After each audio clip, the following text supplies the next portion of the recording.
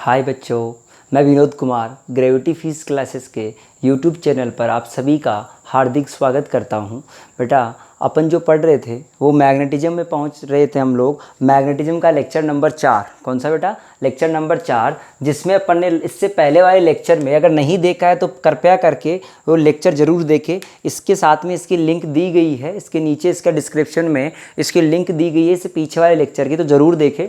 मैंने फोर्स के बारे में बताया था, तो फोर्स का फॉर्मूला हमने देख लिया था। F बराबर क्या आया था?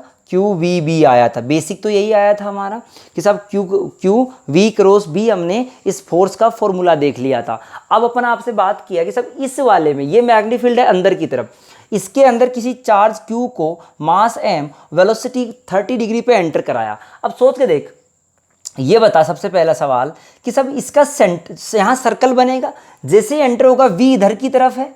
देख, फॉर्मूला होता है QV क्रॉस B, ये ध्यान रख। अगर ये ध्यान रखेगा तो QV क्रॉस B, क्या V इधर की तरफ है, क्या B अंदर की तरफ है, तो फोर्स इधर लगेगा। अरे नहीं चमका यार, अरे कैसे लगा? ये फोर्स लगेगा इधर की तरफ। बोल आया कि नहीं आया? अरे इसका मतलब क्या ये पार्टिकल कुछ ऐसे जाएगा? क्या जितने पे एंटर हुआ था इतने पे ही एग्जिट हो जाएगा? ये 30, तो ये भी कितना होना चाहिए? 30। यहाँ इसका क्या बनेगा बेटा? सेंटर। ये समझ के देखना बेटा, क्या किया मैंने कि सब हमारे पास बात आई फोर्स की कि फोर्स हमेशा किसकी तरफ लगता है? सेंटर की तरफ। तो ये पार्टिकल जो हुआ वो स्मॉल पार्ट बनाया सर्कल का, एक छोटा भाग बनाया सर्कल इस पार्टिकल ने। तो हमने कहा सब इस तरह से ये 30 से। अब सोचो कुछ सवाल आपके, पहला आपको रेडियस बताना है। रेडियस क्या होगा बेटा? वो होता है mv/qb। mv/qb ये हमेशा यही रहेगा, रेडियस में कभी भी कोई परिवर्तन नहीं आएगा। अब हम कहें कि सब यहाँ पर एंगल कितना बना लिया इसने, क्योंकि हमको निकालना है टाइम पीरियड। क्या निकालना बेटा? टाइम पीरियड कितना स्पेंड किया। तो हम लिखेंगे थीटा बराबर, या लिख दूँ टाइम बराबर टी बराबर थीटा इंटू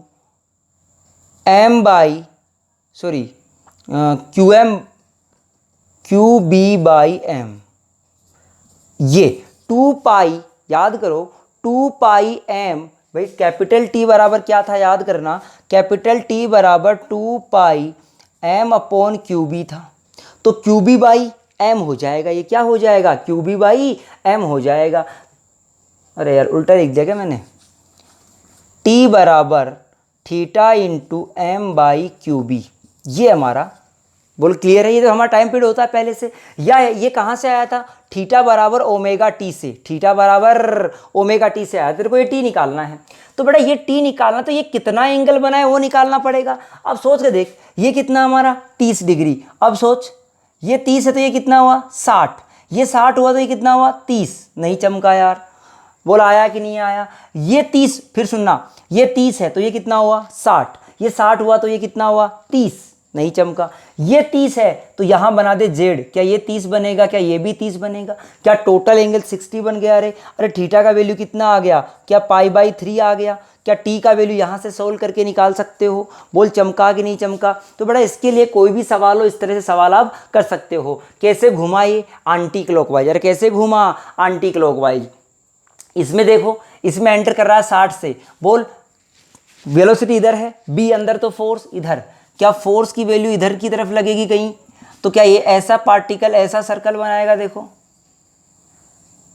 इस तरह से सर्कल बनाएगा ये पार्टिकल, ये ऐसा सर्कल बनाएगा और ये ऐसे एग्जिट हो जाएगा बेटा। ये एंगल 60 था तो ये भी कितना हो जाएगा? 60। क्या यहाँ पर हम ये कह दें कि साहब ये हमारा सेंटर की तरफ फोर्स लगा, क्या यहाँ पर भी सेंटर की तरफ फोर्स लगना चाहिए यार?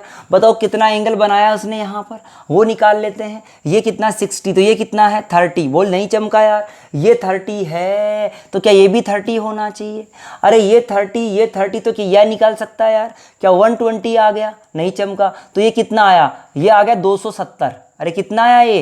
270 डिग्री। बोल क्लियर हो गया? क्या अब की बार 270, तो आप क्या लिखोगे अब की बार? आप लिखोगे टी बराबर, आर तो वही लिखना है, टाइम कितना स्पेंड करेगा वो निकालना अपन को। टाइम होगा थीटा इंटू M/QB, और थीटा का वैल्यू कितना निकाले? 270, यानी 3 π/2। ओहो गलत कर दिया बेटा। 120 था, 360 - 120 होगा। मैंने गलत कर दिया बेटा।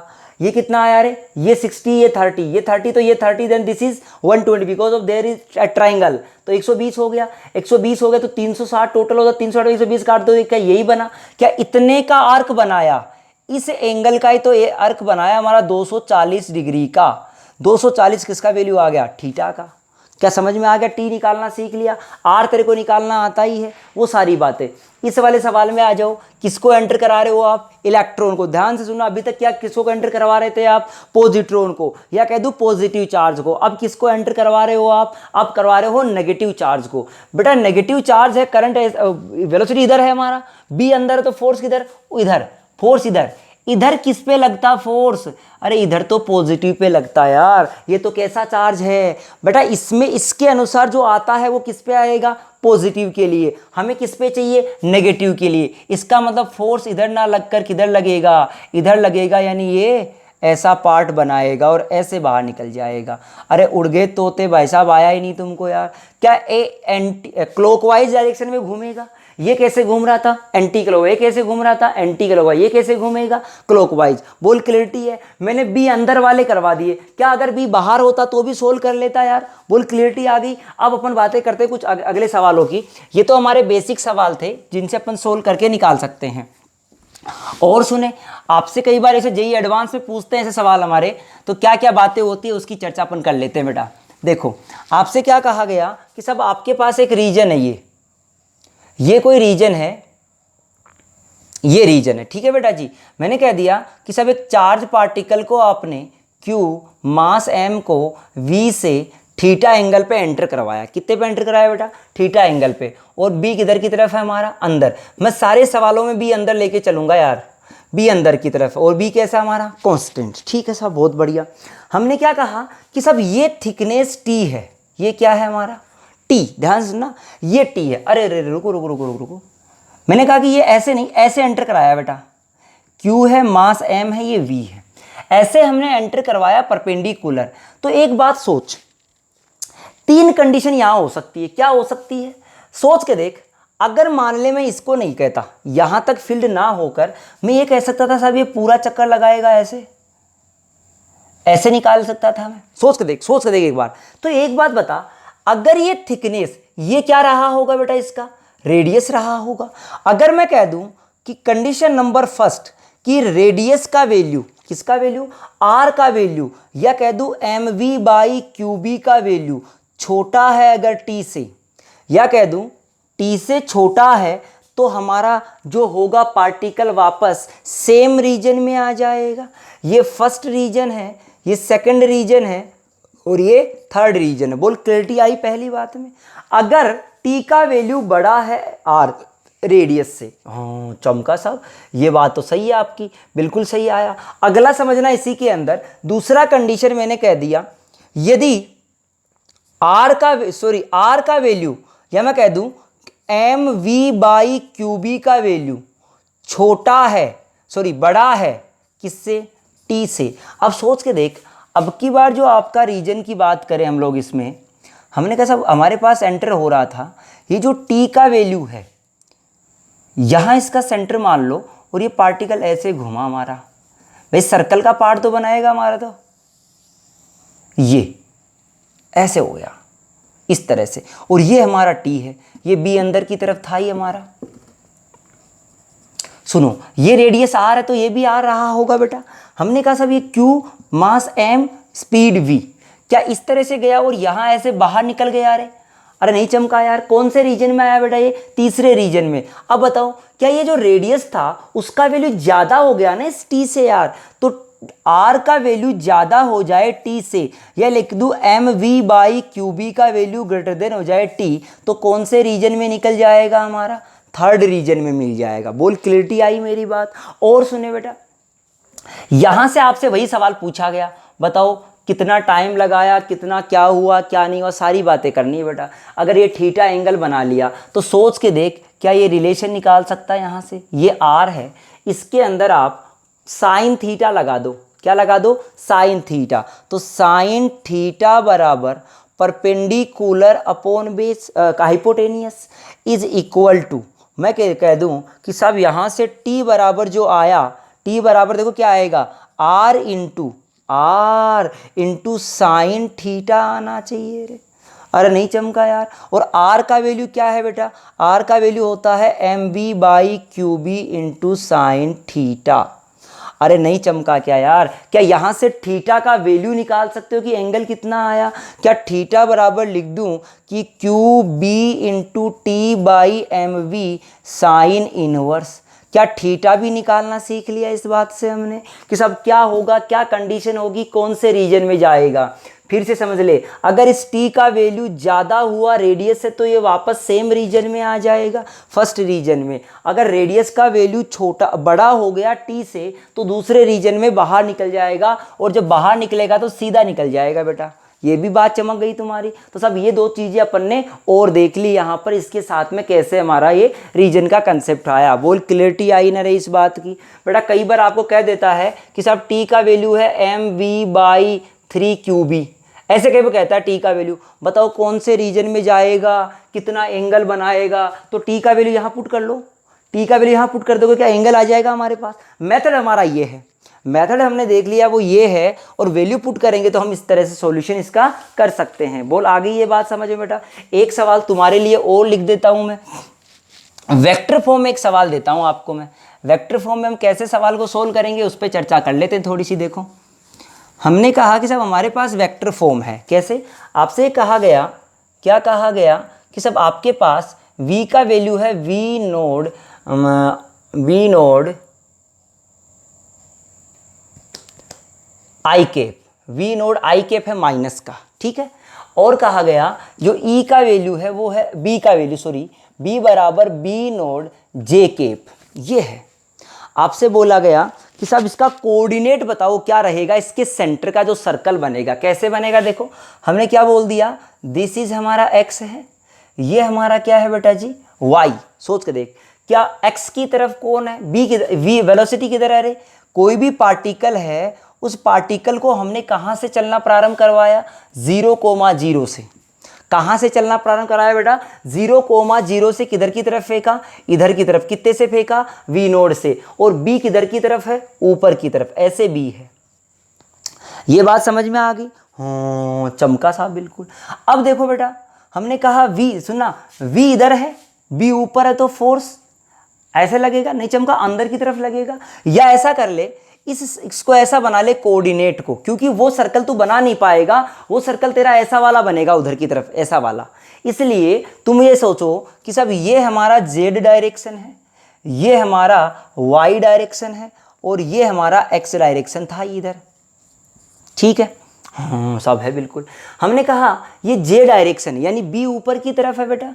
ये एक काम करो, इसको वाई मान लो, इसको जेड मान लो, और इसको एक्स मान लो, ये हो गया। तो y की तरफ, इधर की तरफ क्या है हमारा, बी नोड। ढंग से समझना यार, बी नोड है। और हमारा पार्टिकल किधर जा रहा है, माइनस एक्स में। माइनस में एक्स में जाने का मतलब क्या, अंदर की तरफ जा रहा है, अंदर अंदर अंदर जा रहा, देख ऐसे अंदर जा रहा है। अरे एक्स तो ऐसे बाहर की तरफ है। v का वैल्यू कितना है, माइनस का वी नोड इंटू आई। तो देख यहां से देखना, बिल्कुल मैं कह दूं कि प्लस का आई तो इधर है, तो जा किधर रहा है, अंदर। तो v की तरफ अंगुलियां फैलाया, b की तरफ मोड़ दो, v अंदर b की तरफ, तो क्या फोर्स आ जाएगा नीचे की तरफ। अरे नहीं चमका यार, बोल आया कि नहीं आया। अरे तो हमने कहा कि सब हमारे पास जो सर्कल बनेगा वो इस तरह से बनेगा। सेंटर किधर बना रहे, देखो नीचे लगेगा फोर्स हमारा। तो बड़ा सवाल में जो आंसर आएगा हमारा वो v अंदर की तरफ, फिर समझ लो v अंदर की तरफ है हमारा। और हमने ये कह दिया, एक काम करो, इसको अपन मान लेते हैं x डायरेक्शन, और इसको मानते हैं y, ताकि सही ढंग से सोल्व हो जाए, ठीक है। ये z मान लो, इसको ये z मान ले, ठीक है। अब सही ढंग से सोल्व हो जाएगा बेटा। b y की तरफ था, x की तरफ कौन है हमारा, हाँ एक्स वाई जेड, चमका साहब बिल्कुल, एक्स वाई जेड।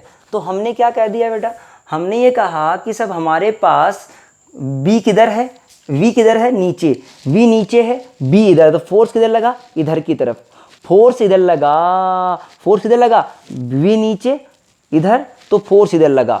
तो बेटा फोर्स इधर लगा तो सर्कल कैसा बनेगा रे, इधर की तरफ लगा फोर्स, तो क्या ऐसा, देखो ऐसा सर्कल बनेगा, ऐसा।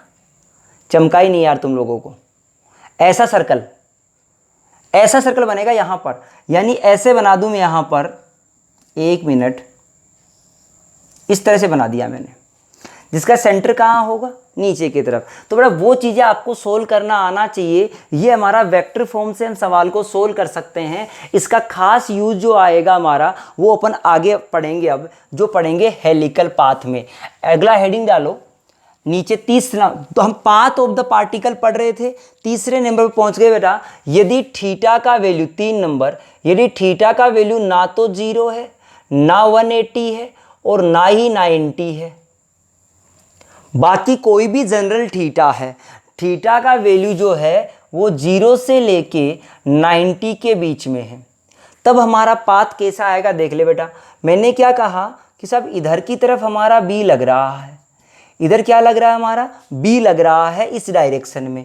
और हमें ये कह दिया कि एक पार्टिकल को इधर फेंका किसी स्पीड v से एट एन एंगल थीटा से, थीटा पे फेंका। तो अब सोच, ये सोच बेटा, बी तो इधर की तरफ है हमारा, क्या मैं ये कह दूं कि इधर एक कंपोनेंट आएगा v कोस थीटा और इधर की तरफ आएगा v साइन थीटा? अरे नहीं आया यार, बोल आया कि नहीं आया रे, कि v साइन थीटा और v कोस थीटा आया। अब सोच के देख, क्या ये वाला v इधर है, b इधर है, तो क्या फोर्स अंदर लगेगा? फोर्स अंदर लगेगा तो क्या ये वाला कंपोनेंट इस वाले के परपेंडिकुलर आ गया और ये वाला कंपोनेंट इस वाले के, this is the v on the axis और this is v on the पर y एक्सिस, vy और vx। क्या एक बात सोच के बता कि जो x एक्सिस वाला है क्या वो b के अलोंग है? इसके और इसके बीच में एंगल कितना, 0। क्या ये तो सीधा ले जाने की कोशिश करेगा? याद करो पुराने वाले दोनों कंडीशन इसमें लागू होंगे।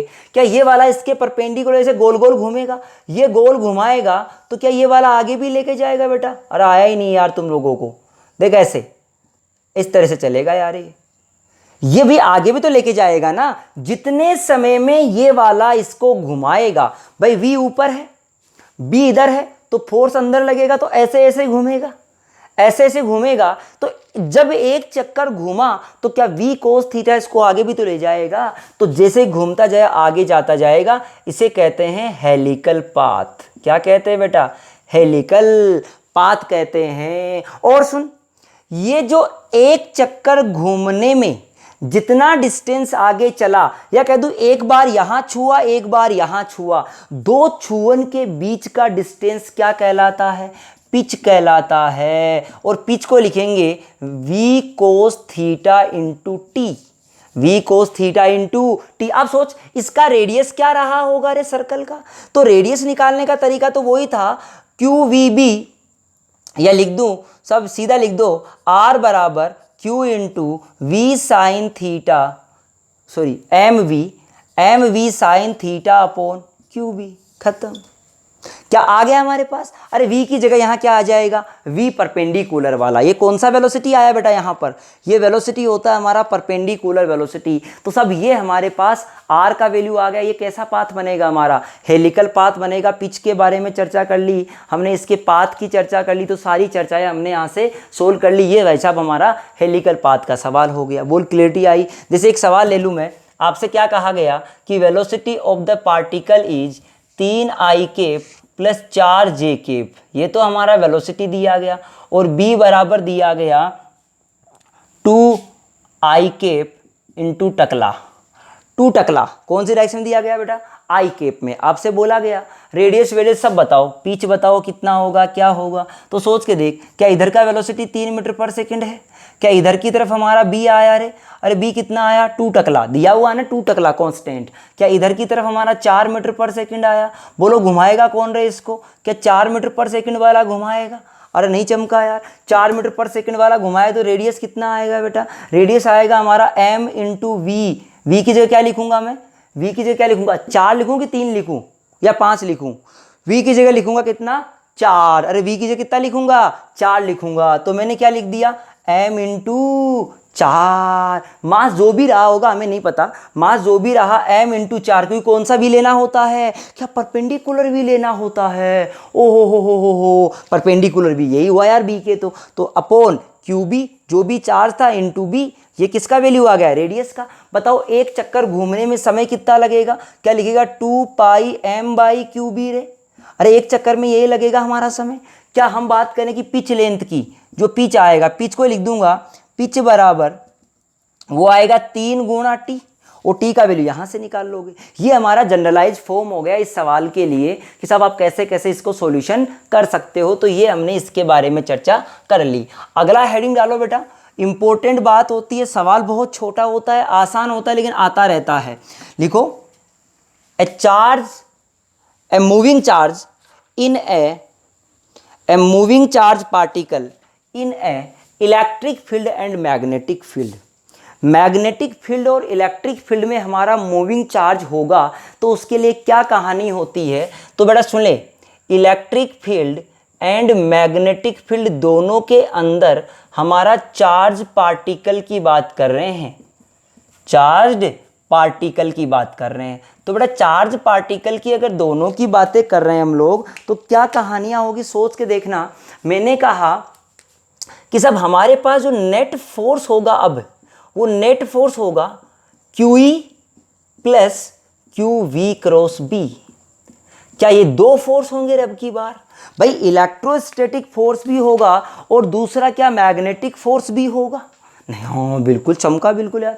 सब इलेक्ट्रोस्टैटिक फोर्स भी होगा और मैग्नेटिक फोर्स भी होगा, तो दोनों के कारण से, दोनों के इस चीज को हमने क्या बता दिया बेटा, ये फोर्स हमारा कौन सा कहलाता है? This force is known as Lorentz force. इसी फोर्स का दूसरा नाम क्या दिया गया बेटा जी? इसी फोर्स को बोला गया this is the Lorentz force. बोल समझ में आ गया?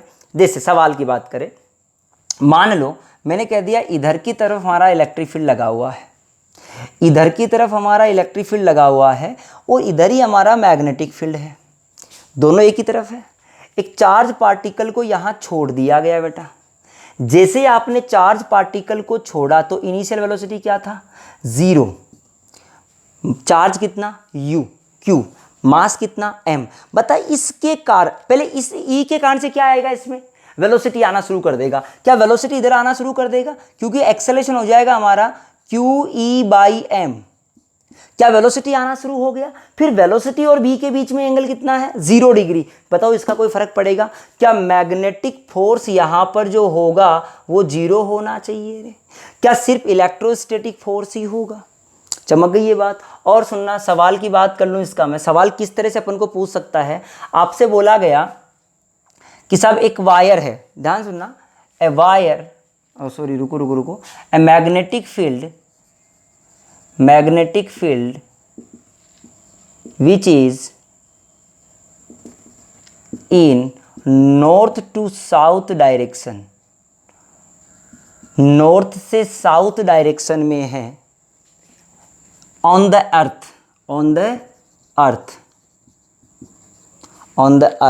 अर्थ की बात मत करो एक बार, नॉर्थ से साउथ डायरेक्शन में है। Then find the direction of electric field so that a charge particle move with constant velocity। क्या कहा बेटा? डायरेक्शन बनाओ। इंपॉर्टेंट बातें बेटा, ये छोटी छोटी बातें जो है काम की बातें होती है हमारी। अब देखो डायरेक्शन बनाओ आप, पहले डायरेक्शन बना के हम इसको सोल्व करेंगे। मैंने कहा गया सब मैग्नेटिक फील्ड है हमारा नॉर्थ से साउथ की तरफ, ये ईस्ट है, ये वेस्ट है, ये नॉर्थ है, ये साउथ है। क्या मैग्नेटिक फील्ड नीचे की तरफ है हमारा? कह दिया बिल्कुल, नॉर्थ से साउथ, ये इधर की तरफ तो हमारा बी है बेटा। ये बात तो चमकी। ग्रेविटी की कोई चर्चा मत करना, G बराबर 0 मानना है। अभी G बराबर क्या मानना है? 0।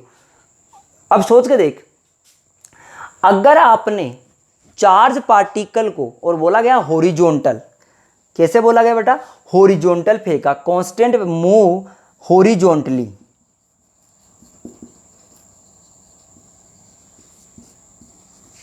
पार्टिकल को कैसे फेंका? देखो ये हमारा नॉर्थ है, इधर ये साउथ है ना, ये साउथ, ये नॉर्थ। अब आपने पार्टिकल को फेंक दिया हॉरिजॉन्टल में। कैसे फेंक दिया बेटा?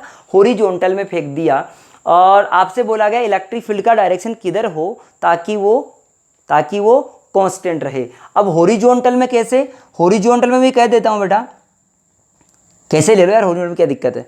मान लो ये हमारा नॉर्थ था, ये साउथ है, तो हमने कह दिया कि हॉरिजॉन्टल में आपने पार्टिकल को फेंका, वो ईस्ट से वेस्ट फेंका।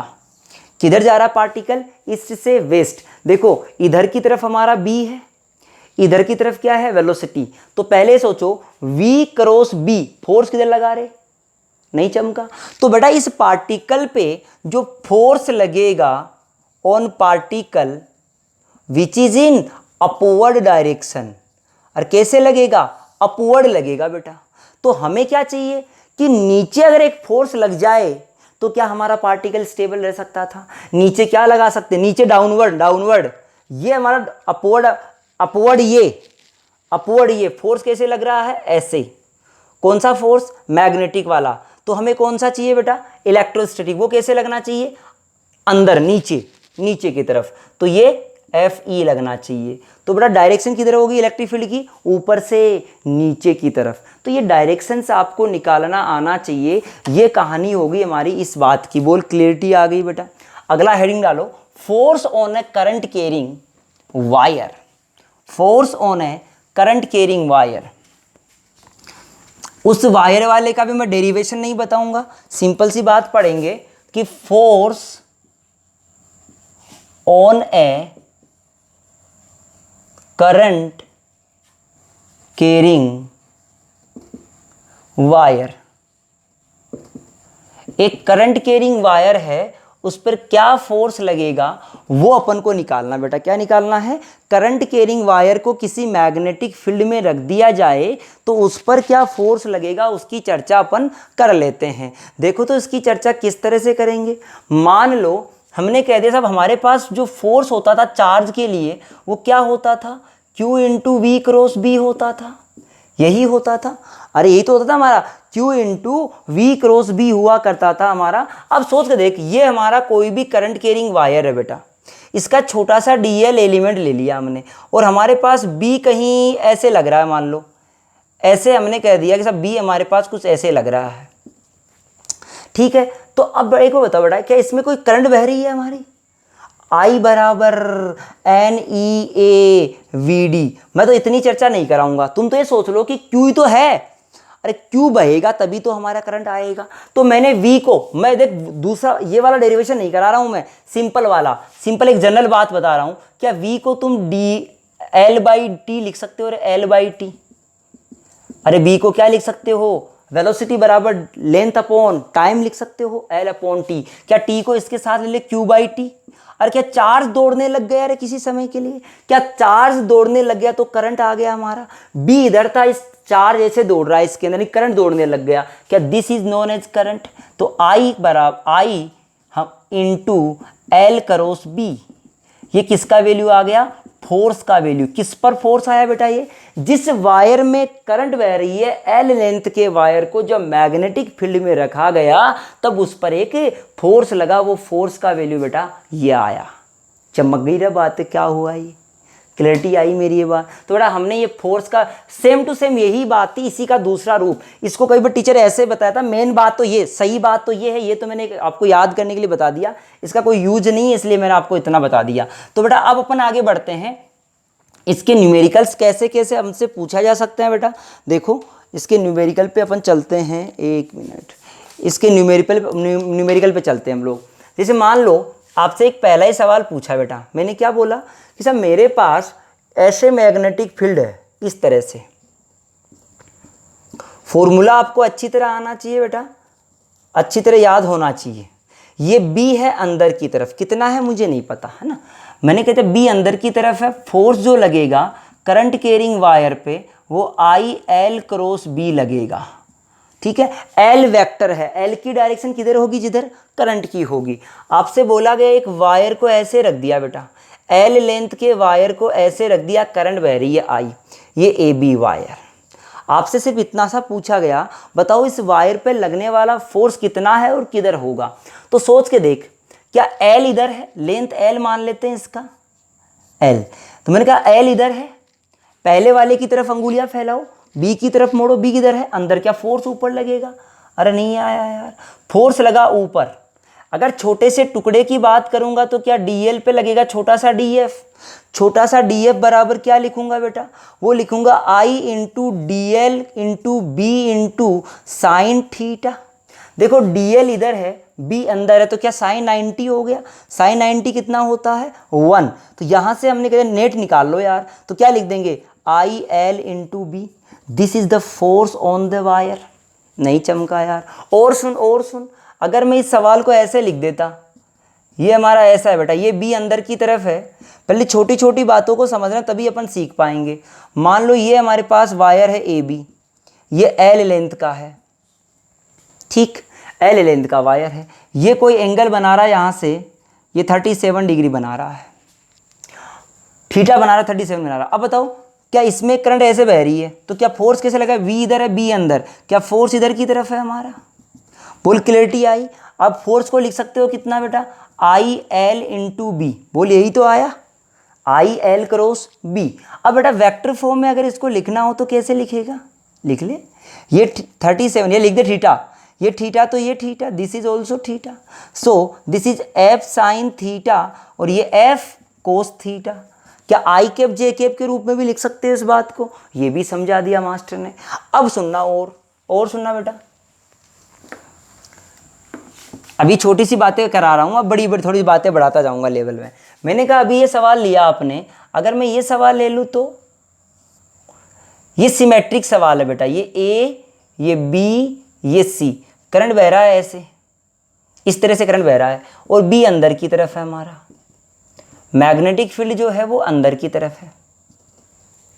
ये लेंथ एल है, ये लेंथ एल है, ठीक है। ये जो एंगल है यहाँ से, ये एंगल बना हमारा 60 डिग्री, मान लिया कितना बना बेटा 60 डिग्री। आपसे बोला गया ए बी सी, आपसे बोला गया force on A B C wire, A B C पे फोर्स कितना लगेगा और किधर लगेगा, ठीक। चलते हैं बेटा, हम क्या करते हैं इसको टुकड़ों में कर लेते हैं, इस वायर को अलग कर लेते हैं और इस वायर को अलग कर लेंगे। पहले इस वायर पे निकालो तो क्या फोर्स ऐसे लगेगा बेटा, कितना लगेगा, आई एल बी लगना चाहिए। करंट इधर है तो एल बी इधर रहा होगा, अंदर इधर फोर्स लगा, चमका ये बात। क्या इस पर भी इधर लगना चाहिए हमारा आई एल बी। बोल क्लियरिटी आई।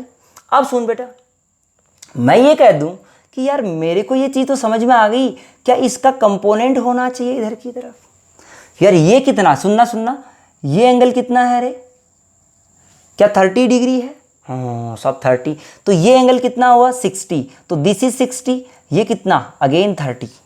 क्या ये कंपोनेंट आ जाएगा आई एल बी, ध्यान से सुनना, I L B cos 30 degree आया। क्या ऊपर की तरफ आया I L B sine 30 degree आया रे। क्या ऐसे ही एक इधर की तरफ आएगा और एक ऊपर की तरफ आएगा, क्या ये कंपोनेंट्स कट जाएंगे, कौन से कंपोनेंट बचे ऊपर वाले। क्या नेट फोर्स लिख दूं 2ILB साइन 30 का हो गया बेटा, चमक गई ये बात। और सुनना, इसको ऐसा लिख दिया LI into 2L sine 30 into B आना चाहिए, नहीं चमका यार। अब सुन, ये एक बात सोच कि इन दोनों के बीच में पॉइंट में डिस्टेंस कितना है, ढंग से देखना बेटा।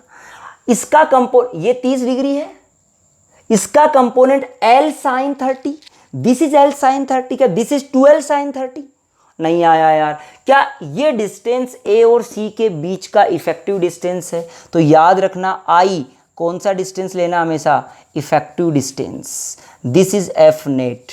जब भी आपको फोर्स निकालना है ए पॉइंट और बी पॉइंट से इफेक्टिव डिस्टेंस लेना है। जैसे एक जनरलाइज में बात बता दूं कि साहब ऐसे टेढ़ा मेढ़ा कोई वायर है हमारा, दिस इज ए और दिस इज बी, करंट बह रही है ऐसे, और बी कह दिया मान लो अंदर की तरफ है, बी कैसा है रे, अंदर की तरफ है। आपसे बोला गया कि बताओ फोर्स कितना होगा, तो ध्यान देना बेटा, मैं लिखूंगा फोर्स बराबर I into L A B effective displacement distance, displacement समझ में आ गया, इसे कहते हैं इफेक्टिव। इफेक्टिव डिस्टेंस लेना है दोनों पॉइंट के बीच का, ये डिस्टेंस लेना है, ना कि ये नहीं लेना, ये वाला लेना है, आई एल इंटू बी। अरे चमका क्या बात यार, क्लैरिटी आई मेरी बात में? तो बेटा ये चीज़ें हमने इसकी निकाल ली और फोर्स निकालने का ये हमने मेथड देखा कि सब फोर्स को हम निकालेंगे कैसे, किस तरह से अपन सोल्व कर सकते हैं, वो बातें आई। अब बहुत जल्दी जल्दी एग्जाम्पल्स कराऊंगा मैं 8-10, फिर ख़त्म करेंगे इस फोर्स वाले पार्ट को भी। देखो जल्दी जल्दी कराऊंगा बेटा एग्जाम्पल्स में, देखते जाओ। मैंने कहा मेरे पास एक एग्जाम्पल है इस तरह का, ये वायर है, ये ए है, ये बी है, इसका रेडियस आर है बेटा, इसमें करंट बह रही है आई, बी है अंदर की तरफ, बी किधर है हमारा, अंदर की तरफ, सोच के देखना बी किधर की तरफ है, अंदर की तरफ, और करंट बह रही है आई, बी अंदर की तरफ, बी है हमारा। आपसे बोला गया इस पर फोर्स बताओ। दूसरा सवाल पे कर लेता हूँ बेटा, पहले इसको सोल्व कर ले। बता क्या करूँ बेटा, कि ये सोच के देख, क्या छोटे छोटे डीएल मिला के नेट लेंथ तो ये हुआ ना हमारा। अरे एल इफेक्टिव तो किसके बराबर है, 2r के बराबर, नहीं चमका यार। अरे एल इफेक्टिव किसके बराबर है, 2r के बराबर, तो फोर्स लिख सकता हूं I into L effective into B, खत्म कहानी। और किधर लगेगा, ऊपर की तरफ। भाई इसको इफेक्टिव ऐसे मान ले कि ऐसे कोई तार था, भाई ऐसा सीधा कोई तार था उसके बराबर ही है, तो सीधे तार में करंट ऐसे, भाई करंट बी, फोर्स ऊपर, खत्म हो गया कहानी। और सुन ले, ये ले, सब मास्टर ने कहा ये करंट ऐसे बह रही है यार, ये ए है, ये बी है, अब की बार मैग्नेटिक फील्ड इधर की तरफ है। बताओ इसके अंदर करंट, क्या इफेक्टिव वायर ऐसा हुआ क्या, सोच के देख, क्या इफेक्टिव वायर की लेंथ ये हुई हमारी ए बी की, क्या ए बी लेंथ जो है और बी के बीच में एंगल कितना है, 0 डिग्री। ढंग से देख कि फोर्स बराबर I L B sine theta, क्या एल इफेक्टिव और बी, एल इफेक्टिव ए बी यही तो हुआ, वायर तो ये है, पर इफेक्टिव की बात करेंगे, इफेक्टिव के साथ में इसका कितना एंगल बन रहा है, 0, तो साइन 0 0, तो फोर्स बराबर कितना लगा, 0, कोई फोर्स नहीं लगा। क्या चमकी रही मेरी बातें, आया कि नहीं आया ये समझ में आ गया ना बेटा। और सुन, ये लो, मान लो अगला सवाल देख, मान ले तुझे कहा गया ये सवाल है बेटा, ट्राइंगल है, करंट बह रही है ऐसे, ऐसे हमारी करंट बह रही है। ढंग से देखना, ये जो है हमारा सवाल, इसके अंदर जो करंट बह रही है वो बह रही है किसकी तरफ रे, हाँ, तो हमने कहे सब जो करंट बह रही है हमारी वो कैसे बह रही है, क्या एक सर्कल में बह रही है क्या।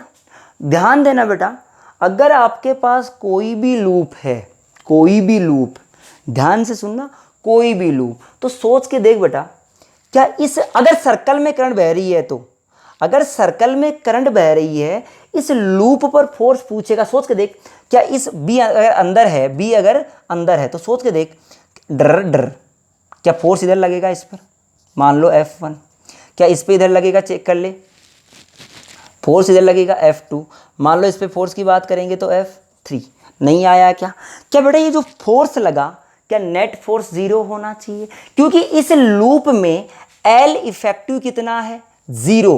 बेटा लूप के लिए L इफेक्टिव 0 है, तो नेट फोर्स क्या आएगा, तो याद कर लेना, नोट लगा के लिख लेना कि net force on the loop in magnetic field is 0। देखो यूनिफॉर्म मैग्नेटिक फील्ड होना चाहिए, लेकिन कैसा होना चाहिए, यूनिफॉर्म मैग्नेटिक फील्ड। और सुन, ये तो ऐसे था, अगर मैं ऐसा बना देता बेटा, ऐसा कोई ऐसा बना, तो क्या दिक्कत था रे, तो भी तो 0 ही आना चाहिए ना यार, क्यों, हाँ यार, अभी भी हमारे पास इफेक्टिव लेंथ तो 0 है, इफेक्टिव लेंथ कितना है, 0। तो सब ये हमने कह दिया कि सब जब क्लोज लूप होगा, जैसे ये बात कर लो, ये लो, अगर मैं कह दूं सब बी अंदर की तरफ ऐसा कांस्टेंट, अगर बी कांस्टेंट है तभी की बात कर रहा हूं मैं, अगर बी कांस्टेंट है, बताओ करंट ऐसे बह रही है, बताओ इस लूप पे फोर्स कितना होगा, नेट 0, कहानी खत्म। आया चमका रही है, नहीं आया क्या, तो बड़ा हमने लूप पे फोर्स निकालने की चर्चा ये कर ली। और सुने इसके सवालों में और बढ़ते हैं, यानी हमको लेंथ कौन सा देखना है, हमको लेंथ ध्यान में रखना है, वो इफेक्टिव लेंथ को ही लेके चलना है, बाकी लेंथ से अपन को कोई लेना देना नहीं है, बाकी लेंथ से कोई मतलब नहीं है। ये लूप के बारे में बताया और इसके बारे में बताया, अभी मैं टॉर्क की चर्चा नहीं किया। अब कुछ वायर्स के सवाल करता हूं बेटा, कैसे, जैसे मान लो आपसे कहा कि सब एक वायर है हमारा, ये करंट बह रही है I1, इनफाइनाइट वायर है, ये दूसरा वायर है, इसमें भी करंट बह रही है, इसमें I1 बह रही थी, इसमें I2, दोनों के बीच में D डिस्टेंस है बेटा, ठीक। लॉन्ग वायर है, दोनों के दोनों कैसे हैं, पैरेलल, दोनों में करंट कैसे बह रही है, सेम डायरेक्शन में। अगर ढंग से देखो तो ऐसे ऐसे ऐसे ऐसे, यानी इसके अंदर ऐसे करंट बह रही है और इसके अंदर ऐसे, दोनों के बीच में डिस्टेंस कितना हमारा d। इसमें करंट I1 बह रहा है, इसमें करंट, ये दूसरा व्यू देख रहा हूं ऐसे ऐसे ऐसे वाला व्यू, ये तो हमारा ऐसा था, ये व्यू और बना दिया मैंने। अब बताओ बेटा, इस वायर के कारण से इस पर क्या फोर्स लगेगा और इस वायर के कारण से इस पर क्या फोर्स लगेगा, और जो फोर्स लगेगा उसका नेचर क्या होगा, दोनों चीजें आपसे वो पूछ सकता है सवाल के अंदर कि साहब नेचर ऑफ फोर्स क्या होगा और फोर्स लगेगा तो फोर्स कितना लगेगा, ये चीज भी हमसे पूछ सकता है। तो सुन बता बेटा, पहले इसके कारण से यहां पर B कितना आएगा, चमका के पहले भाई इस पे फोर्स कब लगता, इस वायर पे फोर्स तब लगेगा जब यहां कोई B रहा होगा। तो बता इसके कारण से B पैदा हुआ होगा, तो लिख रहा हूं the magnetic field on wire 2 due to wire 1, एक नंबर वायर के कारण से इस 2 नंबर पे जो B आया, B on 2 due to 1 which is equal to mu naught I1 2 pi D। बोल यही आया यार, नहीं चमका यार। अब कह दूं सब यहां B आ गया, और B कैसे आया, डर अंदर, अरे ये क्या हर जगह पर अंदर आया रे B, चमका साहब, B अंदर की तरफ। अब इसमें करंट कैसे बह रही है, अब इसका काम खत्म हो गया, इसका काम था यहाँ B जनरेट करना, करंट ऊपर है, फोर्स निकालना है, तो फोर्स बराबर होगा IL क्रॉस B, इसका टोटल लेंथ बोल दिया L है बेटा, I B, तो क्या फोर्स इधर लगा रहे, अरे नहीं चमका यार। क्या F on 2 ड्यू टू जो 1 लगा, हमारे पास जो 2 नंबर था उस पर एक के कारण से फोर्स लगा, वो लगेगा I कौन सा, इसमें बहने वाला करंट, इसमें क्या करंट बह रहा है, इसका काम खत्म हो गया, I2 बह रहा है इनटू L कितना, L है, B कितना है यहाँ पर, B ये रहा, mu naught I1 upon 2 pi D। क्या हमारे पास यहाँ से जो F का वैल्यू आया वो आया mu naught I1 I2 upon 2 pi D into L रे। क्या this force is in attractive nature, कैसा आया, क्या प्यार वाला आया। जब 2 समांतर वायर है, दोनों में अगर करंट सेम डायरेक्शन में बह रही है तो दोनों में हमेशा क्या लगेगा बेटा, अट्रैक्शन लगेगा। आ गई बात समझ में। दूसरी और सोच लेते हैं दूसरा सोच लेते हैं कि सब इस पे भी ऐसा ही लगेगा, इस पे भी यही आंसर आएगा, दोनों पे फोर्स बराबर बराबर लगेगा और अपोजिट डायरेक्शन में लगता है। चमका कि नहीं चमका रे, बोल क्लियरिटी आई। और सवाल करवा देता हूँ बेटा, एक और ले लो बेटा। कई बार क्या करता है इन सवालों में, ऐसा कहता है साहब इसमें तो हमारे इलेक्ट्रॉन दौड़ रहे हैं, इसमें हमारे प्रोटॉन दौड़ रहे हैं, है ना। तो सोच के देख, अरे इलेक्ट्रॉन दौड़ रहे हैं मतलब क्या करंट नीचे आ रही होगी, और अगर प्रोटॉन दौड़ रहे तो करंट ऊपर गई होगी, ऐसे करंट का डायरेक्शन पता चल गया। अब कैसा आएगा, अगर अपोजिट में दौड़ेंगे तो फोर्स कैसा आएगा, रिपल्सिव नेचर। अगर करंट का डायरेक्शन अपोजिट है, अगर करंट का डायरेक्शन अपोजिट है तो इनका नेचर कैसा आएगा बेटा, रिपल्सिव नेचर। समझ आ गई कहानी। और सुन ले, और चर्चा करवा देता हूँ तेरे को मैं, 1-2 वायर के सवाल और करवा देता हूँ, फिर अपन आगे बढ़ते हैं, सुनते जा। हमें कहा गया कि साहब हमारे पास ये कोई वायर जिसमें करंट बह रही है I1, और एक वायर ये है जिसमें जो करंट बह रही है हमारी वो I2 बह रही है। ऐसे कितनी बह रही है बेटा, I2 बह रही है। क्या बोला गया आपसे, आपसे ये बोला गया कि साहब किसी डिस्टेंस dl पर, किसी पॉइंट पर, यहाँ कोई पॉइंट है, यहाँ पर फोर्स बताओ। तो बताओ इसके कारण से B आएगा, वो B कितना, अरे अनंत लंबाई का वायर है तो B कितना आएगा, mu node I upon 2 pi D आएगा।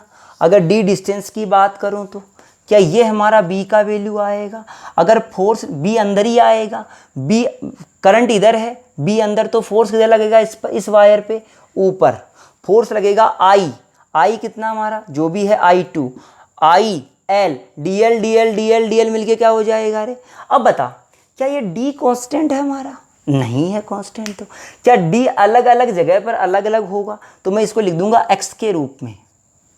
क्या लिख दिया? एक्स के रूप में। तो लिख दूंगा mu node into I one upon 2πx into D x. Net तभी आएगा जब आप जहाँ से लेके कहाँ तक निकालना चाह रहे हो उसकी चर्चा अगर आपको पता है तो आप पता कर सकते हो पूरे के लिए। बोल क्लैरिटी आई? और सुन ले सवालों में।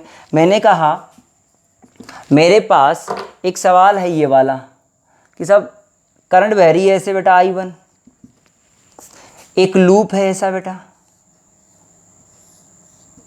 सुनना। इस लूप में, अरे ऐसा नहीं, पहले ऐसा ये गोल गोल लूप है, इसका रेडियस है R, इसमें करंट बह रही है I2 बेटा, ध्यान सुन लेना। इसमें करंट क्या बह रही है? I2 बह रही है। आपसे बोला गया ये डिस्टेंस है A, इसका रेडियस R है। और सुनना क्या कहा गया? A इज बहुत बहुत बहुत बहुत बड़ा देन R। अगर A R से बहुत बड़ा है तो सोच के देख इसके कारण से जो B आएगा क्या वो B कांस्टेंट आएगा यहाँ पर? क्योंकि बहुत छोटा है ना यार, बहुत दूर है, इसका B क्या आएगा? कांस्टेंट। आपसे कह दिया गया सब B बराबर कांस्टेंट। अगर B कांस्टेंट है और लूप रखा गया है तो फील्ड फोर्स कितना आएगा इस लूप पे? 0। चमका ही नहीं यार। बोला आया क्या रे? मैंने क्या कहा कि सब हमारे पास अगर B कांस्टेंट है, नोट करके लिखाया था यहाँ लाइन मैंने कहा था कि B कांस्टेंट है और अगर लूप रख दिया तो फोर्स कितना आएगा? 0। अब सुन, मान ले तेरे पास कोई करंट कैरिंग वायर है जिसमें I करंट बह रही है, ये हमारा कोई लूप है, इस लूप में करंट ऐसे बह रही है बेटा, ठीक, चमका सा। आपसे क्या कहा गया? ये I2 बह रही है, ये डिस्टेंस L है हमारा या A है, और ये इसका जो लेंथ है वो L साइड का स्क्वायर है। ये आपसे बोला गया find the force on the loop. Loop पे फोर्स बताना बेटा, तो सोच के देख, ढंग से देखना। पहले ये बता, इस तार के कारण से यहां जहां भी जो फील्ड आएगा क्या वो अंदर ही आएगा? पहले सोच के बता भाई। करंट इधर तो B अंदर, B किधर आएगा? अंदर। तो सब हर जगह पर B का वैल्यू इनसाइड आएगा। अब सोच के देख, क्या यहां पर A L के कंपैरिजन में बड़ा है क्या? बहुत नहीं है। इसका मतलब कि बेटा इसके साथ साथ में अगर दूर जाते जाएंगे तो क्या B का वैल्यू बदलता जाएगा? क्या होता जाएगा? बदलता जाएगा। ओ हो, क्या ऐसा कह सकता हूं कि B at the general point पे जो B आएगा वो कितना आएगा? देख बेटा, mu node I upon 2πx। नहीं चमका यार, I1 के कारण से। क्या इस वाले के कारण से किसी जनरल पॉइंट पर जो B आया वो ये आएगा? क्या ये B कांस्टेंट है क्या? नहीं। अब तो सोच के देख कि बेटा ये B अंदर है ना, B अंदर है। यहां पर जितना B रहा होगा, नाम दे दे इसको A B C D। तो देख बेटा यहां लिख रहा हूं, ये हमारा DA है और ये हमारा क्या है? CB। क्या इतने में जो B रहेगा वही B यहां रहेगा? तो बेटा डर क्या फोर्स ऊपर जो भी लगेगा नेट फोर्स क्या ऊपर लगना चाहिए रे? अरे नहीं चमका यार, इस पे नेट फोर्स किधर लगेगा? नीचे। क्या जितना ये लगा F1 उतना ही F2 लगेगा? अरे आया ही नहीं यार। ये AD अपॉन FCB। क्यों? अरे भाई लेंथ तो बराबर है और ये सिमेट्रिक। डर अरे यहां चला जा चाहे यहां चला जा, क्या B तो हमारा कॉन्स्टेंटली बदल रहा है हमारा। आएगा कितना वो फोर्स निकाल लेता हूं बेटा। वो DX वायर पे निकाल रहा हूं मैं। किस पे निकाल रहा हूं? DX वायर पे, इस DX वायर पे। तो क्या लिखूंगा DF, या सीधा लिख देता हूं F में, तो DF बराबर I2, इसमें I2 into DL DX ILB। B कितना लिखूंगा? Mu node I1/2πx। इसका इंटीग्रेशन कर दो कहाँ से कहाँ तक, a से लेके a+l तक। जो वैल्यू ये फोर्स के लिए आएगी वही वैल्यू इसके लिए आएगी अपोजिट साइड में। तो इस दोनों पे नेट कितना हो गया, 0। चमका क्या ये बात? ये अगर समझ में आ गई तो अब अपने पास काम करने का मतलब आएगा बेटा। समझ में आ गया? अब अपन बात करते हैं इन वायर्स पे। क्या इस वायर पर तो पूरे पे बी कांस्टेंट है? इस वायर पे जितना भी है वो बी कितना बेटा? वो बी है म्यू नोड I1/2π इंटू ए। अरे इसके कारण से इस जगह पर तो बी कांस्टेंट है क्योंकि ये डिस्टेंस तो बराबर बराबर है ना। तो बेटा फोर्स लिख दोगे F ऑन सी डी पे, वो कितना लिखोगे I1 इंटू ये L into B, mu naught I1/2π into A. चमका ही नहीं यार। किधर लगेगा? करंट ऊपर, बी अंदर, फोर्स इधर। ऐसा देखो, इस तरह से फोर्स लगेगा। ये हमारा C, ये B, ये A, ये D। इस पे जो फोर्स लगेगा इधर लगेगा, वो लगेगा mu node I1/2 into L upon 2πa। इस पे ये फोर्स लगेगा इस वायर पे। अब इस वाले पे बात कर लो बेटा। करंट नीचे, बी अंदर, तो फोर्स इधर लगेगा इधर। क्या इस वायर पे भी पूरे पे बी तो कांस्टेंट है? तो वो आएगा कितना, mu node I1/2L upon 2π। Distance कितना हो जाएगा, a+l। अरे अब कितना डिस्टेंस पे है, a+l पे। इधर जो फोर्स लगा वो लगा हमारा म्यू नोड I1/2, ये वाला I1/2 upon 2πln a+l upon a। क्या इतना ही फोर्स ऊपर लगेगा, mu node I1/2 upon 2πln a+l/a। देखो ये फोर्स तो कैंसिल आउट हो गया। क्या नेट फोर्स इसके कारण से बचा? लिख देते हैं F नेट बराबर FCD माइनस FAB, क्योंकि दोनों अपोजिट है ना। जो बड़ा होगा उसमें ये बड़ा है, डिस्टेंस कम है, यहाँ से हमारे पास F नेट आ जाता है और हम सोल्व कर सकते हैं। बेटा ये चीज़ आपको EMI में बहुत काम आती है, काफ़ी जगह ज़रूरत पड़ती है EMI में इस बात की। तो अच्छे से देख ले कि EMI में क्या बातें होती है क्या नहीं होती है, वो चीज़ें हम यहाँ से सीखेंगे। बोल क्लियरिटी आ गई हमारी? चलो साहब अगला हेडिंग डालो, इलेक्ट्रॉन गन। इलेक्ट्रॉन गन वैसे आपके बहुत ही कम सिलेबस में होता है, पर फिर भी हमको चीज़ें ज़रूरत पड़ेगी क्योंकि अपन पढ़ेंगे आगे साइक्लोट्रॉन, वहाँ काम आएगा हमारा। लिखो हेडिंग डाल लो एक बार, इलेक्ट्रॉन गन की बातें करते हैं बेटा। इलेक्ट्रॉन गन क्या होता है हमारा? देखो इलेक्ट्रॉन गन, इलेक्ट्रॉन, देखो क्या कहानी होती है बेटा। यहाँ एक रेजिस्टेंस लगाया होता है, इसके साथ में एक बैटरी लगाई हुई होती है, और बैटरी नहीं, वो बैटरा होता है। ये क्या होता है? बैटरा। बैटरा मतलब हाई पोटेंशियल होता है। हाई पोटेंशियल होने से इस जगह से हमारे पास थर्मोनिक इफेक्ट, थर्मोनिक इफेक्ट का मतलब होता है कि जैसे ही आप इसको हाई टेम्परेचर दोगे तो इसके जो चार्जेज होंगे, इलेक्ट्रॉन्स है, वो बाहर निकलना शुरू कर देंगे। और हमने कहते साहब हम हमारे पास यहाँ कुछ ऐसा कोई रीजन भी बनाए हुए रखते हैं, उस रीजन में अपन कुछ पोटेंशियल लगाएंगे। कैसे? हमने सब एक बैटरी हमने यहाँ लगा दी, यहाँ क्या लगा दी बेटा? हमने एक बैटरी लगा दी। यहाँ क्या निकल गया हमारा? इलेक्ट्रॉन निकल गया। ध्यान सुना, यहाँ क्या निकल गया हमारा? इलेक्ट्रॉन। हमने जो बैटरी लगा दी वो इस तरह से लगा दी यहाँ पर भी। तो ये कैसा बेटा? ये V वोल्ट का बैटरी लगा दिया हमने। अब सोच के देख, मैंने क्या कहा? मैंने कहा कि सब यहाँ पर उल्टा लगा दिया क्या मैंने? ये 0, ये V, तो माइनस EV, ये उल्टा लगा दिया बेटा। ये लगेगा इस तरह से बैटरी हमारा। तो ये कैसा पोटेंशियल आ गया? प्लस का। और ये कैसा आ गया? नेगेटिव का। बैटरी थी ऐसा, ये पॉजिटिव और ये नेगेटिव। सोच के देख, सोच के देख, मैंने क्या कहा? ये हमारा 0 वोल्ट, ये कितना है? 0 वोल्ट। ये कितना आएगा? V। तो ये कितना आएगा बेटा? यहाँ पर जो इलेक्ट्रॉन बाहर निकल गया, इस इलेक्ट्रॉन की एनर्जी कितनी है हमारी? देखो QV, QV QV जीरो हो गई। और जब यहाँ इलेक्ट्रॉन देखा गया तो ऐसा हुआ कि सब इलेक्ट्रॉन, क्या एक हायर पोटेंशियल एक लोअर पोटेंशियल, क्या इधर की तरफ एक इलेक्ट्रिक फील्ड जनरेट हो गया E बराबर V बाई L, क्या ये हुआ? क्या इस इलेक्ट्रॉन पे इधर की तरफ कोई एक्सेलरेशन लगेगा? अरे नहीं चमका यार, कितना लगेगा? E बाई M, ये हमारा एक्सेलरेशन। जब ये इलेक्ट्रॉन यहां पहुंचेगा तो इसकी एनर्जी कितनी हो जाएगी बेटा? -EV। -EV का मतलब क्या, इधर गया तो एनर्जी बढ़ी कि घटी? क्या घट गई एनर्जी? आया ही नहीं यार, यहां एनर्जी जीरो और यहां EV, एनर्जी घट गई। वो किस में बदल गई बेटा? वो बदल गई काइनेटिक एनर्जी में। So kinetic energy of electron which is equal to EV। अरे किसके बराबर आना चाहिए?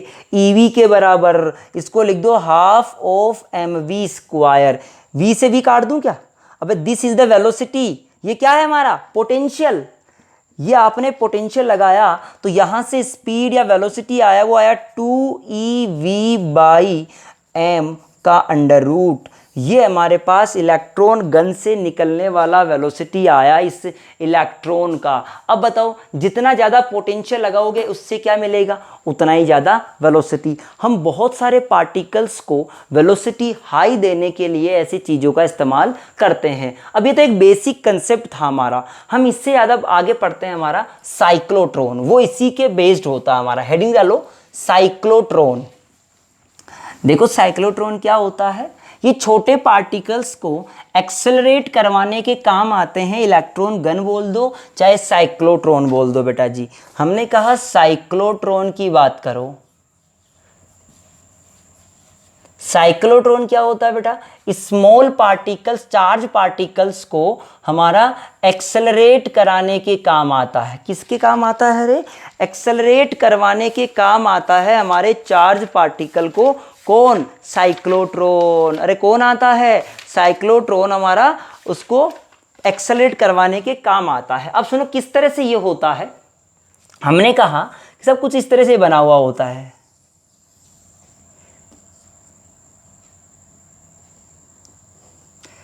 इसके पास 2 D लगी हुई होती है। डी का मतलब 2। हमारे कोई भी ऐसे पार्ट होते हैं वो जो लगे हुए होते हैं, इन दोनों को किससे जुड़ा हुआ रखते हैं? AC से। किससे जोड़ते बेटा? AC से। AC से जोड़ने का मतलब है कि एक बार एक टर्मिनल प्लस होगा, एक बार दूसरा प्लस होगा। ये इसका सेंटर है। इसका मतलब सपोज कर कि अगर ये प्लस का है और ये माइनस का है, और क्या होता है यहां पर हम मैग्नेटिक फील्ड लगाए हुए होते हैं। मैंने कह दिया मैग्नेटिक फील्ड किधर की तरफ है। ये क्या होता है, जो पोर्शन है 2 मैग्नेट के बीच में रखा हुआ होता है, एक N पोल और एक S पोल। N से S की तरफ हमारा क्या होगा? Magnetic field. तो हमने कह दिया बाहर इधर की तरफ N था, अंदर की तरफ S है, तो यहां कोई मैग्नेटिक फील्ड है। क्या लगा रखा हमने? मैग्नेटिक फील्ड B लगा रखा है। ये बात समझ में आनी चाहिए। हमने क्या कहा कि सब एक चार्ज पार्टिकल को, ये पॉजिटिव है या नेगेटिव है, यहां से छोड़ दिया बेटा। तो सोच के बता, इस चार्ज Q, चार्ज क्या है? Q, मास M को आपने छोड़ा तो इनिशियल वेलोसिटी क्या रही? 0। क्या ये प्लस का, ये माइनस का, क्या इधर की तरफ एक इलेक्ट्रिक फील्ड जनरेट हो जाएगा? नहीं आया। ये हायर और ये लोअर, क्या ये पॉजिटिव वाला इधर दौड़ने लग जाएगा? क्या जैसे यहां पहुंचेगा इसके पास कोई वेलोसिटी आ गई रे? ये सोच के देख बेटा, ये तो B है, यहां मैग्नेटिक फील्ड है जो आपने लगा रखा है एक्सटर्नल, बाहर से। ठीक, मैं ये कह दूं कि सब यहां जब दौड़ा, यहां जब पहुंच गया तो यहां कोई वेलोसिटी मिल गई होगी। उस वेलोसिटी को नाम दे दिया V नोड। क्या वो वेलोसिटी कहां से आई? Half of mv naught square बराबर QV। V is the potential, ये V क्या है? वेलोसिटी। यहां पहुंचते ही बेटा यहां वेलोसिटी आ गई, अब मैग्नेटिक फील्ड में एंटर कर गया। क्या अब ये घूमेगा? नहीं चमका यार। यहां पर वापस V है, क्या वापस और गुजरेगा? अब वेलोसिटी और बढ़ जाएगी। यहां जो वेलोसिटी हो जाएगी मान लो V1, तो हमने लिख दिया हाफ ऑफ mv1 स्क्वायर बराबर 2qv। ये सोच के देना, सोच के देखना बिल्कुल। अरे यार एक बार पोटेंशियल V से गुजारा, अब की बार दूसरी बार गुजार दिया, फिर आगे फिर घूमेगा यार। क्या फिर तीसरी बार घूमेगा? क्या फिर वापस चलेगा? क्या ऐसे चलता जाएगा ये हमारा पार्टिकल्स ऐसे? जितनी बार गुजरेगा उतना ही वेलोसिटी बढ़ता जाएगा। क्या रेडियस भी बढ़ती जा रही है? रेडियस निकालने का तरीका क्या था बेटा? रेडियस निकालने का तरीका था हमारा M V by Q B, या लिख दूँ √2m k by Q B. B तो कांस्टेंट है, क्यू भी कांस्टेंट है, मास भी कांस्टेंट है। क्या काइनेटिक एनर्जी बदलती जा रही है? क्या काइनेटिक एनर्जी, देखो ये काइनेटिक एनर्जी, ये काइनेटिक एनर्जी, क्या kinetic energy is equal to Q V, 2qv, ऐसे चलते जाएंगे 3qv, 4qv, 5, नहीं चमका यार। क्या यही चलता जाएगा हमारा मामला? चमक गई बेटा। तो हमने कहा साहब इसके साथ में अगर आप r भी लिखना चाहो तो लिख दोगे √2m into Q V by √QB। ये ऐसे ही हमारा ये R1 आ गया, ऐसे ही R2 आएगा, ऐसे सोल्व कर लेना। तो ये हमारे पास साइक्लोट्रॉन का बेसिक बात आ गया। अब इसमें बात किस चीज़ की आती है बेटा? बात ये आती है साहब रेडियस का रेशियो क्या होता है। तो बेटा रेडियस का रेशियो R1:R2:R3 वो होता है √1/√3/5। ये रेशियो हमारा किसका होता है बेटा? रेडियस का रेशियो होता है, जिसको आप रेडियस निकालते हो तो मैं तो कह रहा हूँ सीधा याद कर लो। रेडियस का डिफरेंस, रेडियस बढ़ती जा रही है, घटती जा रही है, बढ़ती जा रही है, ये तो आप सारी कहानी भूल के इतना ध्यान रखो R1 R2 R3 का रेशियो इस तरह से चलता जाएगा। अब बताओ क्या रेडियस बढ़ती जा रही है? लेकिन जो रेडियस का डिफरेंस है R2 minus R1, R3 minus R2, R4 minus R3, क्या ये वाला जो डिफरेंस है वो घटता जा रहा है? कैसे? देखो √3 minus √1 is to √4 minus √5 minus √3 is to √7 minus √5। बेटा ये चीज़ घटती जा रही है, ढंग से देखना, ये वैल्यू घटती जा रही है, यानी डिफरेंस घटता जा रहा है। ये रेशियो घटता जा रहा है, बट ये रेशियो बढ़ता जा रहा है। क्लियर हो गया? ये हमने बात कर ली साइक्लोट्रॉन के बारे में। नेक्स्ट क्लास में अपन बातें करेंगे बेटा टॉर्क के बारे में। आज की इस क्लास में इतना ही पढ़ेंगे हम लोग। आप सभी को धन्यवाद बहुत बहुत। अपने वीडियो लेक्चर को सभी के साथ शेयर करें, लाइक करें, अपने लिंक के साथ जहां जोड़ सकते हो वहां जोड़िए, ताकि अपन ज़्यादा से ज़्यादा लोगों तक पहुंच सके। धन्यवाद।